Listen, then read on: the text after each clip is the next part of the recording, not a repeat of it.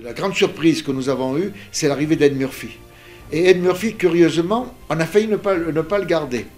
Parce qu'à l'époque, il faut savoir qu'on allait à Buja préparer les saisons, nous, dans le fameux lieu où il y avait eu différents sportifs de haut niveau qui étaient venus se préparer pour les Jeux Olympiques. Et Ed Murphy, sur les recommandations d'André Buffière, parce que si on a eu Ed Murphy, je dois reconnaître que c'est à la présence d'André Buffière, il nous fait venir ce joueur, et je me rappelle avec M. Biojou, on va assister au premier entraînement qui avait lieu à Buja. Et Ed Murphy, qui n'était pas athlétique, qui au départ ne représentait pas ce qu'on peut se faire l'image d'un grand basketteur. Il n'était pas grand, on ne pouvait pas dire qu'il était très athlétique, il n'était pas spécialement rapide, mais par contre il avait un shoot exceptionnel.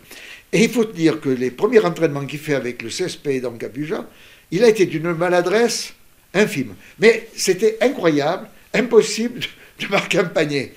Alors avec M. Biojou, on s'est dit, M. André Buffière, je crois bien qu'il s'est trompé. Et on a été voir André Buffière, on lui a dit, écoutez, vous savez, moi je crois qu'on ne peut pas garder ce joueur parce qu'il ne nous apporte pas grand-chose. Alors André Buffière nous dit, écoutez, laissez-moi 15 jours, et puis dans 15 jours, vous reviendrez, et vous nous direz. Voilà à quoi de peu de choses se joue la carrière d'un grand basketteur, qu'on aurait pu, sur notre initiative à nous, l'écarter, et qu'André Buffière, qui avait une grande confiance en lui, qui savait déjà ce qu'il valait, a mis un peu son veto et a dit je le garde et vous verrez. Et voilà un petit peu ce qui s'est passé. Bon, par la suite, inutile de vous dire, on a fait notre mea culpa parce qu'il nous apportait tellement de choses. Sa force, je crois, Ed Murphy, qui n'était pas un athlète pas particulièrement doué, c'est qu'il avait un shoot, vous savez, en reculant. C'était ça, quoi, sa force. Alors, vous pouviez mettre un grand de 2,10 m ou éventuellement 2,18 m, comme il en a rencontré par la suite.